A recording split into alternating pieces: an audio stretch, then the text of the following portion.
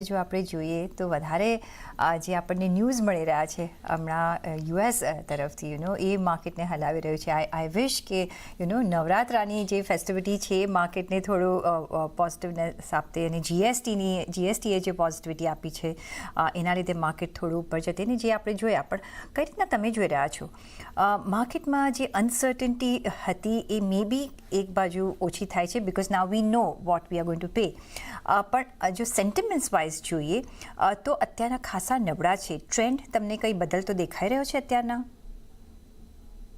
ને સાચી વાત છે કે તમે જેમ કીધું આપણે એક વર્ષની જે જર્ની જોઈએ, એક વર્ષમાં લગભગ ગયા સપ્ટેમ્બરથી જ્યારે આપણે ઓલમોસ્ટ માર્કેટ્સમાં પીક કર્યું હતું મલ્ટિપલના ટર્મ્સમાં કે માર્કેટના ટર્મ્સમાં બી, ત્યાંથી હજુ સુધીમાં આઈ થિંક માર્કેટ્સ નિફ્ટીમાં 3% નુકસાન છે અને વેરિયસ ઇન્ડેક્સીસમાં આપણે જોઈએ તો 3%થી 8% જે મેજર ઇન્ડેક્સ છે ત્યાં નુકસાન છે. પણ જ્યારે આપણે અર્નિંગ્સની વાત કરીએ તો અર્નિંગ્સમાં એક મોટી વાત છે કે જે ગયા વર્ષના એસ્ટિમેટ હતા ત્યાંથી આ વર્ષના એસ્ટિમેટમાં લગભગ 7% થી 8% કટોતી થઈ છે. તો more or less I think earnings cut વધારે છે માર્કેટ કરેક્શનથી. તો એક આ પોઈન્ટ આપણે ધ્યાનમાં રાખવાની જરૂરત છે. ને એનું મેઇન રીઝન છે કે વેરિયસ જે જૂના ફેક્ટર હતા, જે જીઓપોલિટિકલ ફેક્ટર જે તમે અત્યારે પહેલા કહેતા બી હતા, એનો એક ઇમ્પેક્ટ છે. જે લિક્વિડિટી પહેલા ટાઈટ હતી સિસ્ટમમાં એનો ઇમ્પેક્ટ છે. ઘણા બધા ઇમ્પેક્ટ જે આપણા પાસ્ટમાં હતા, બટ એક મોટો ઇમ્પેક્ટ છે કે માર્કેટ્સ મોંઘા હતા ત્યાંથી કન્સોલિડેટ થઈને એક વર્ષમાં મોરલેસ 3%થી ફ્લેટિશ કાઇન્ડ ઓફ આઉટકમ છે આપણા માર્કેટમાં. બટ આપણે પોઝિટિવલી અહીંયાથી જોવાની વાત જરૂર છે. તો ત્યાં આપણે વેરિયસ ગવર્મેન્ટ્સે જે સ્ટેપ્સ લીધા છે just to countermeasure whatever is happening geopolitically, મને લાગે છે કે અહીંયાથી માર્કેટ કન્સોલિડેટ થઈને પોઝિટિવ તરીકાથી જઈ શકે છે. મે બી એક કન્સોલિડેશન અત્યારના ફેઝ આપણે અહીંયા જોઈ રહ્યા છે ને એક અહીંયાથી ઉપર એક ટ્રેન્ડ આપણે જતા જોઈ શકીએ છીએ. બિકોઝ જેમ જેમ અનસર્ટનિટી ઓછી થશે તેમ માર્કેટને ખબર પડશે કે ઓકે હવે કઈ રીતના મારે આગળ વધવાનું છે, બધા ન્યૂઝ ડાયજેસ્ટ કરી લેશે. પણ હેવિંગ સેડ દેટ સચિનજી, અત્યારના હવે ફાર્મામાં એવું થઈ ગયું છે કે વેઇટ એન્ડ વોચ, આઈટીમાં થઈ ગયું છે વેઇટ એન્ડ વોચ. હવે જેવી રીતના હવે ઇમ્પ્લિમેન્ટેશન્સ આવ્યા છે એની અસર આપણે જોઈશું કઈ રીતના લાગે છે. સો પહેલાં જે ડુ નોટ ટચ હતા એ પછી વેઇટ એન્ડ વોચ થઈ ગયા છે. કઈ રીતના તમે જુઓ છો આઈટી અને ફાર્મા એઝ અ સેક્ટર, તમે કઈ રીતના નિવેશ કરી રહ્યા છો? સો પહેલી let's touch the pharma first, કારણ કે એક કન્ફ્યુઝન છે કે જે બી સ્ટેપ્સ ગવર્મેન્ટે જે યુએસમાં અનાઉન્સ કર્યા છે એ જે સ્ટેપ્સ છે માય સેન્સ ઇઝ કે કારણ કે એક બ્રાન્ડેડ ડ્રગ્સના ઉપર છે તો ત્યાં એક યુરોપને વધારે ઇમ્પેક્ટ થશે. ઇન્ડિયાની મોટી અમુક એક કંપની, એક બે કંપનીને છોડીને વધારે ઇન્ડિયન કંપનીઝ ઉપર, ઇન્ડિયન ફાર્મા કંપનીઝ ઉપર ઇમ્પેક્ટ નથી. કારણ કે India in general generic drugs supply કરે છે વધારે કરીને ત્યાં. તો એના ઉપર હજુ સુધી કઈ ટેરિફ નથી. That's what I understand. જે બી એકાદ કંપની છે ત્યાં જે યુરોપથી સપ્લાય કરે છે એ કંપનીઝને વધારે કરીને ઇમ્પેક્ટ છે. હવે થઈ શકે કે કાલે ઉઠીને એક નવા ફરમાન જારી થઈ શકે. બટ આજ સુધીના જે યસ્ટરડેના ઓર્ડર હતા મને લાગે છે કે આ ઇન્ડિયન કંપનીઝને ઇમ્પેક્ટ નહીં કરશે. આપને આ તરીકાથી હું જોઉં કે whatever been already announce, મને લાગે છે કે it's a positive news for Indian pharma companies. કારણ કે એક જે અનસર્ટનિટી હતી ફાર્મા કંપનીઝના ઉપર કેટલી ટારિફ આવશે, આઈ થિંક દેટ્સ બિહાઇન્ડ અસ. તો મને લાગે છે કે ત્યાં આપણે એક પોઝિટિવ રૂપથી જોવું જોઈએ, કારણ કે આ સેક્ટરમાં અર્નિંગ્સ મોરલેસ ડબલ ડિજિટમાં અર્નિંગ્સ ગ્રોથની શક્યતા છે. તો મને લાગે છે ને વેલ્યુએશન બી ઘણા બધા કરેક્ટ થઈ ગયા છે. તો I am positive as far as pharma space is concern. એક ધ્યાનમાં રાખવાની જરૂર છે કે અમુક કંપનીને છોડીને ઇન્ડિયન કંપનીના જે પોર્ટફોલિયો છે ડાયવર્સિફાઈડ છે. અમુક રેવન્યુ યુએસથી આવે છે, રેસ્ટ ઓફ ધ વર્લ્ડથી આવે છે, યુરોપથી આવે છે ને ઇન્ડિયામાં આવે છે. તો એ વિસ્તારથી આપણે જોઈએ તો મને લાગે છે કે પોસ્ટ કરેક્શન આ સેક્ટર આપણે ઇન્વેસ્ટ કરી શકીએ છીએ. જે બીજું સેક્ટર તમે મને કહ્યું કે આઈટી સેક્ટરમાં કેવી રીતે જોવું જોઈએ આપણને, સર્ટનલી ત્યાં જે રીતથી, કારણ કે બે ફેક્ટર છે કે H1B વિઝા ઉપર જે સ્ટેપ્સ લીધા છે એનાથી ઇન્ડિયન આઈટી કંપનીઝને કેવી રીતે ફરક પડશે. તો ત્યાં તમને ખ્યાલ હશે કે 2001 ટર્મમાં જે એક્ઝિસ્ટિંગ પ્રેસિડેન્ટ છે યુએસ, એના ફર્સ્ટ ટર્મમાં જ્યારે સ્ટેપ્સ લીધા હતા, ઘણી બધી કંપનીઓએ ઓલરેડી ડાયવર્સિફાઈ કરીને, લોકલ સોર્સિંગ કરીને, તો આજની તારીખમાં ટોટલ વર્કફોર્સના જે એસ્ટિમેટ છે ઇન્ડિયન કંપનીઝના 1%થી 3-4%નો એક્સપોઝર છે જે H1B વિઝાનો છે ટોટલ વર્કફોર્સનો. તો મને લાગે છે કે they have ways to mitigate that and run the business. તો ત્યાં આઈ ડોન્ટ થિંક એ ઇન્ડિયન કંપનીઝને 3-4-5%થી વધારે ત્યાં ઇમ્પેક્ટ આવશે અર્નિંગમાં. જે મોટો ઇમ્પેક્ટ આવી શકે because of all this geopolitical uncertainty, ત્યાં કંપનીઝને સ્લોડાઉન થાય તો એનાથી બિઝનેસમાં ફરક પડી શકે છે. તો ત્યાં હજુ બી મને લાગે છે કે ગિવ એન્ડ ટેક છે.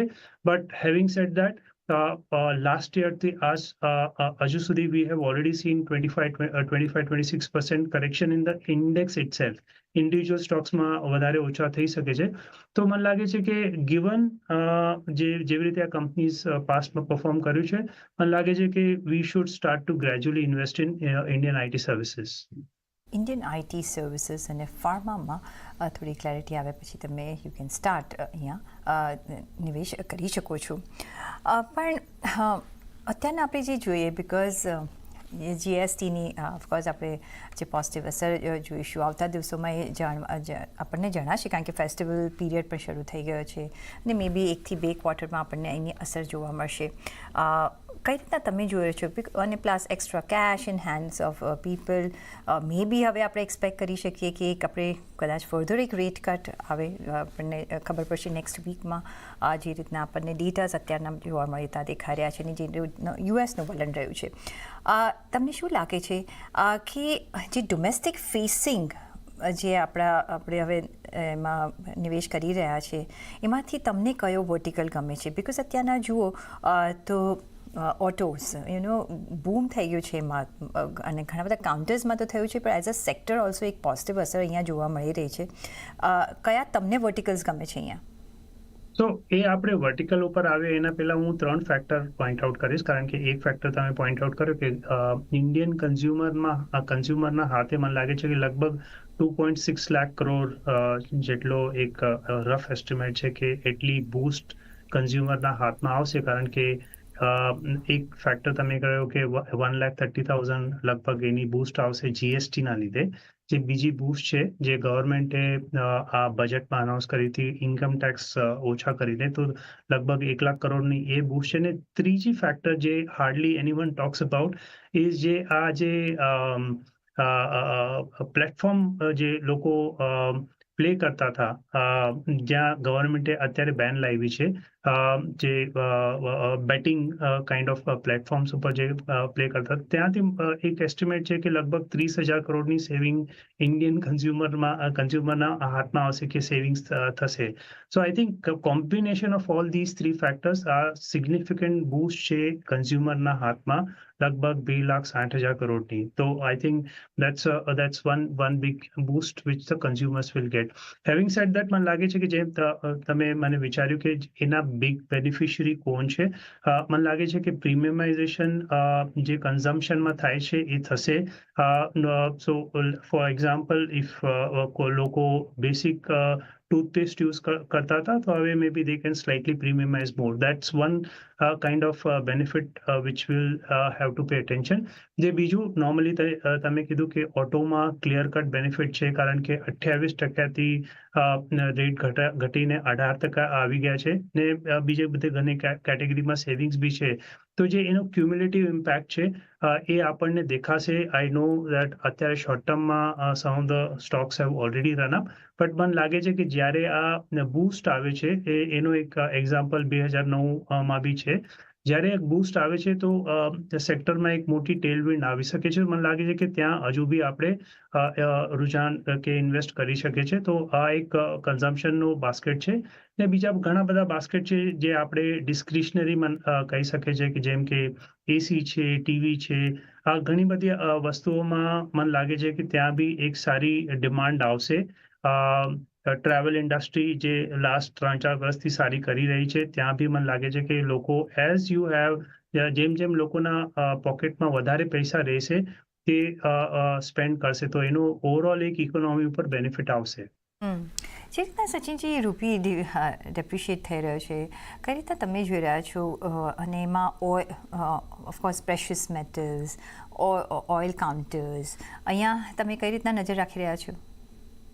So depreciating rupee definitely as a nation આપણે કહી શકીએ છીએ કે depreciating rupee is a inflationary factor but આજની તારીખમાં આપણે જ્યારે જોઈએ તો આપણું ઇન્ફ્લેશન ઓલરેડી કાફી ક્વાઇટ મોડરેટ છે તો ત્યાં મન નથી લાગતું કે we should be worried too much about it. But જે તમે બીજી વાત કીધી કે જે મેટલનો ઇમ્પેક્ટ કેવી રીતે આવશે, ક્યાંય થોડી ઘણી કંપનીની માર્જિન્સમાં ઇમ્પેક્ટ આવશે કારણ કે હાયર મેટલ કંપનીઝને over a period of time pass on કરવું પડશે. સિમિલરલી ઓઇલ કંપનીઝને પાસ ઓન કરવું પડશે. તો ત્યાં આપણે જોઈએ તો જે ઓઇલ માર્કેટિંગ કંપનીઝ છે, બીકોઝ ઓફ ડેપ્રિશિએટેડ રૂપીઝને સ્લાઇટલી ઇન્ક્રીઝ જે આપણા ઓઇલમાં થયું છે એનાથી એ લોકોના માર્જિન્સ ઓછા ઓલરેડી જે સુપર હાઈ માર્જિન્સ હતા તે માર્જિન ઓલરેડી નોર્મલાઇઝ લેવલ ઉપર આવી ગયા છે. તો અમુક એક કંપનીઝને નુકસાન છે. Over a period of time કંપનીઝને એ પાસ ઓન બી કરવું પડશે. બટ જે ઓવરઓલ આપણે અત્યારે વાત કરીએ છીએ કે જે ઓવરઓલ ડિમાન્ડમાં બૂસ્ટ આવશે એનાથી કંપનીઝને ઓપરેટિંગ લેવરેજ મળશે ને એ company should be able to manage our situation. So as of now, I don't see કે કંપનીઝના પ્રોફિટેબિલિટી ઉપર ઘણો બધો ફરક પડશે. બીજા બે સેક્ટર છે પણ એમાંથી પહેલો સેક્ટર કે because it's heavy weight in Nifty અને આપણા ઇકોનોમીમાં છે બેન્કિંગ સેક્ટર અને યુઝ સેક્ટર. હવે યુઝ હોરાઇઝન છે અહીંયા. ક્યાં તમે નિવેશ કરી રહ્યા છો અને ક્યાં તમને થોડી ટ્રબલ લાગી રહી છે? બિકોઝ જે ક્રેડિટ ગ્રોથ પિકઅપ જે આવવો જોઈએ તમને લાગે છે કે આગલા દિવસોમાં આપણે આવતા જોઈશું? બિકોઝ એક મીન વાળી છે ને એટલે માર્જિન્સમાં પણ એની પર અસર આપણે જોતા આવ્યા છે. એઝ અ સેક્ટર તમને ક્યાં ગમે છે, ક્યાં રોકાણ તમે કરી રહ્યા છો? તો એનામાં ક્લિયર ફેક્ટર છે કારણ કે આપણો ઇન્ફ્લેશન નીચે છે ને આ એક્સપેક્ટેશન છે કે યુએસમાં બી રેટ કટ થશે, એના લીધે ઇન્ડિયામાં બી રેટ કટ થઈ શકે છે ને આપણું ઇન્ફ્લેશન બી નીચે છે. મને લાગે છે કે ઇન્ટરેસ્ટ રેટ કટ થવાની શક્યતા છે ઇન્ડિયામાં. એનો સ્ટ્રેટ બેનિફિશરી આપણે જ્યારે ફાઇનાન્શિયલ લેન્ડર્સની વાત કરીએ તો ફર્સ્ટ બેનિફિશરી એનબીએફસી સ્પેસ એના આવે છે કારણ કે એનબીએફસી સ્પેસમાં most of them are borrowing, તો એમને સ્ટ્રેટ બેનિફિટ મળી શકે છે ને મોરલેસ એ લોકોના લેન્ડિંગ રેટમાં ઘણો બધો ફરક નથી પડતો. તો એ પ્રાઇવેટ સેક્ટર એનબીએફસી સ્પેસમાં આપણે રોકાણ કરી શકીએ છીએ. બટ આપણે એક ધ્યાનમાં રાખવાની જરૂર છે કે ગુડ ક્વોલિટી પ્રાઇવેટ સેક્ટરમાં ઇન્વેસ્ટ કરવાની જરૂર છે કારણ કે ઘણા બધા પોકેટ્સથી જે ન્યૂઝ આવે છે કે ક્યાંય ને ક્યાંય સ્ટ્રેસ બિલ્ટઅપ થાય છે. તો select maybe I'll say large private sector NBFCs are better placed compared to rest of the space. જે બીજો સ્પેસ છે જે પ્રાઇવેટ બેન્કિંગ, જ્યાં મોટો જે તમે બી કહેતા હતા કે ઇન્ડેક્સનો મોટો કોન્સ્ટિટ્યુઅન્ટ છે, તો પ્રાઇવેટ સેક્ટર બેન્કિંગમાં મને લાગે છે કે ફર્સ્ટ ટાઈમ ઇન્ડિયામાં થયું છે કે જ્યારે રિપો રેટ કટ થાય કંપનીઝના ટોપલાઇન ઉપર સ્ટ્રેટ એનો ઇમ્પેક્ટ આવે છે. તો આ ઇમ્પેક્ટ આપણે લગભગ 3-4 ક્વાર્ટરથી જોઈ રહ્યા છે. મને લાગે છે કે જે બેનિફિટ કંપનીઝને લોઅર ડિપોઝિટનો હતો આ કંપનીઝને બેનિફિટ લગભગ 1-2 ક્વાર્ટરના પછી મળવાની શરૂઆત થશે. તો આ સ્પેસમાં મને લાગે છે કે પ્રાઇવેટ સેક્ટર બેંક્સમાં એકાદ ક્વાર્ટરનો કન્સોલિડેશન થશે, એના પછી ત્યાં કંપનીઝને બેનિફિટ મળવાની શરૂઆત થશે. તો આ એક સ્પેસ આપણે લાંબા when we look at from 1.5 year perspective, maybe private sector banks કારણ કે ત્યાં વેલ્યુએશન ઓલરેડી કરેક્ટ થઈ ચૂક્યા છે, no large stress on the NPA side building up. તો મને લાગે છે કે આ સ્પેસમાં બી આપણે મેબી 1.5 year perspectiveથી રોકાણ કરી શકીએ છીએ. સીઝ અને પ્રાઇવેટ સેક્ટર બેંક્સ તરફ તમે નજર રાખી શકો છો. પણ એ સાથે જ અહીંયા એક બ્રેકનો સમય થઈ ગયો છે. બ્રેક લઈને પાછા ફરીથી જોડાયા રહેજો અમારી સાથે.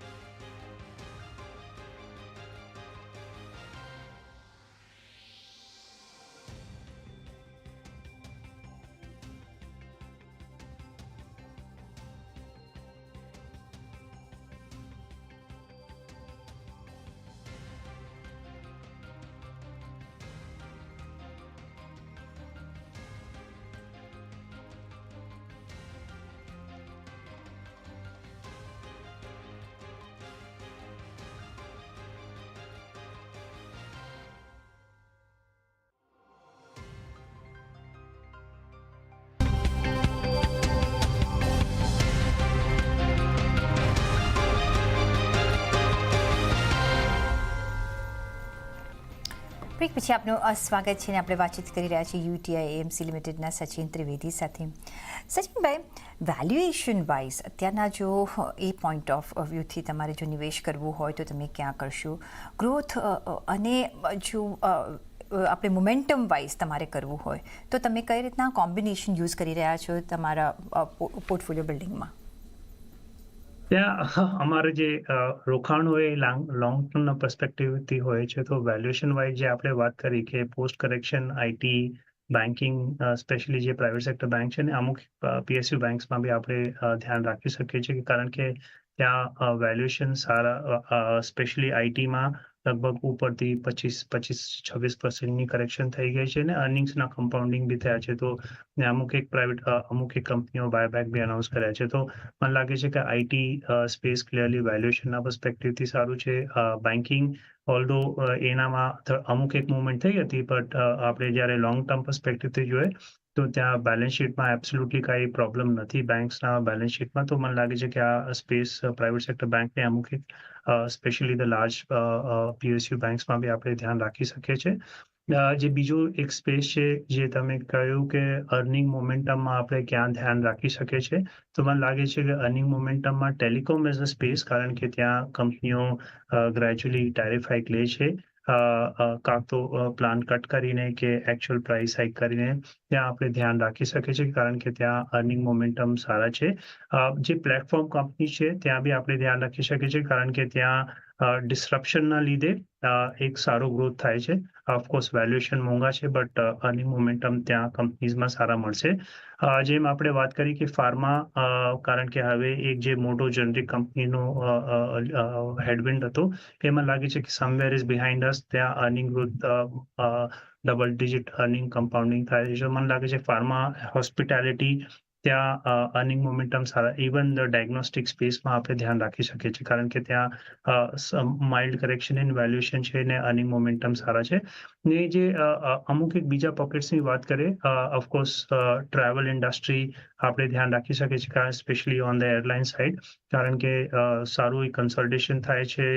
રો મટીરિયલના રીતે ક્રૂડના પ્રાઇસીસ ડાઉન છે ને ઇન્ટરેસ્ટ રેટ નીચે થશે તો બી બેંક આ એરલાઇન કંપનીઝને બેનિફિટ થશે. તો ત્યાં આપણે ધ્યાન રાખી શકીએ છીએ. ને જે લાસ્ટ સેક્ટર હું વાત કરીશ, કારણ કે સિમેન્ટ એઝ અ સ્પેસ આપણે એક્સપેક્ટ કરી રહ્યા હતા કે પેન આવશે, બટ હજુ સુધી પ્રાઇઝિંગ ડિસિપ્લિન કંપનીઝમાં છે. તો મને લાગે છે કે સિમેન્ટ એક સ્પેસ છે જ્યાં આપણે ઇન્ક્રીમેન્ટલી ધ્યાન રાખી શકીએ છીએ. આ બધા તમે સેક્ટર્સ કયા, તમે વધારે લેવરેજ ક્યાં આપી રહ્યા છો? તમને શું લાગે છે કે લોંગ રનમાં કયા એવા સેક્ટર્સ અહીંયા આલ્ફા જનરેટ કરી શકે છે અને કયા એવા સેક્ટર્સ તમને હેજ કરી શકે છે? એક ડિફેન્સિવ રણનીતિ પણ આપણે જો પોર્ટફોલિયોમાં રાખવી હોય તો, અને એમાં બ્રોડર માર્કેટનો કેટલો કાઉન્ટર્સનો તમે સમાવેશ કર્યો છે? તો આનામાં હું ક્લિયરલી કહીશ કે જે IT services as a space છે, કારણ કે ત્યાં લગભગ 2-3 વર્ષથી અમુક કન્સોલિડેશન થઈ છે ને ફોર વેલિડ રીઝન, કારણ કે ક્લાયન્ટ જે સ્પેન્ડ હતા એ પોસ્ટપોન કરી રહ્યા હતા. તો મને લાગે છે કે વેલ્યુએશન ઘણા બધા આપણા ફેવરમાં છે ને જેમ કારણ કે 2-3 વર્ષથી સ્પેન્ડિંગમાં કન્સોલિડેશન થઈ ગઈ છે, તો મને લાગે છે કે ત્યાં બિઝનેસ આઉટલુક બી ઇમ્પ્રૂવ થશે. તો ત્યાં મને એક સારો અલ્ફાનો ચાન્સીસ લાગે છે. ને સેકન્ડ સ્પેસ પણ લાગે છે કે જેમ મેં તમને કીધું કે 1-1.5 વર્ષના પર્સપેક્ટિવથી સારા અર્નિંગ ગ્રોથ પ્રાઇવેટ સેક્ટર બેંક્સમાં બી આવશે. તો આ બે સ્પેસ જે મોટા લાર્જ સ્પેસ છે, બેટર ક્વોલિટી સ્પેસ છે, ત્યાં મને લાગે છે કે ઇન્વેસ્ટર પોઝિટિવલી ઇન્વેસ્ટ કરી શકે. એક વ્યૂ લેવો હતો પીએસયુ બેંક્સ અને પીએસઈઝ તરફ. અહીંયા તમે શું કોઈ નિવેશ કરી રહ્યા છો? ઇફ યસ, કયા વર્ટિકલ્સમાં તમે નિવેશ કરી રહ્યા છો? લાર્જ પ્રાઇવેટ સેક્ટર બેંક્સમાં હજુ બી સ્કોપ છે, કારણ કે બેન્કિંગ એઝ અ સ્પેસ ઘણું બધું લિવરેજ સ્પેસ છે. તો ત્યાં વેલ્યુએશન રિઝનેબલ છે, બટ ધ પ્રોબ્લેમ ઇઝ કે ક્યારે બી એનપીએના સિચ્યુએશન એક્સેલરેટ થાય તો સ્મોલ બેંક્સ કે મીડિયમ પીએસયુ બેંક્સમાં સ્ટ્રેસ વધારે આવે છે. તો એના લીધે વેલ્યુએશન સપોર્ટિવ છે. આઈ વિલ સે લાર્જ પબ્લિક સેક્ટર બેંક્સ કારણ કે this is specifically about PSUs, તો ત્યાં આપણે રોકાણ કરી શકીએ છીએ. જે બીજો તમે પૂછ્યું કે PSCEsમાં વોટ ઇઝ ધ આઉટલુક, તો મને લાગે છે કે we have to be selective about the business case, but in general if I were to talk about, મને લાગે છે કે ઘણા બધા કંપનીઝ આ સ્પેસમાં એક્સપેન્સિવ છે. So I would at this point in time avoid that space. Okay, તો લાર્જ PSU બેંક્સ પણ PSEs હમણાં આપણે અવોઇડ કરીશું બિકોઝ વેલ્યુએશન થોડા આપણને એક્સપેન્સિવ અહીંયા બનતા દેખાઈ રહ્યા છે. પણ ઓન દેટ નોટ રજા લેવાનો સમય થઈ ગયો છે. સચિનભાઈ, ઘણો આભાર તમારો અમારી સાથે આજે જોડાવા બદલ, અને એ સાથે જ મને પણ આપશો રજા, આપણે જોડાયેલા રહેજો CNBC બજાર સાથે. નમસ્કાર.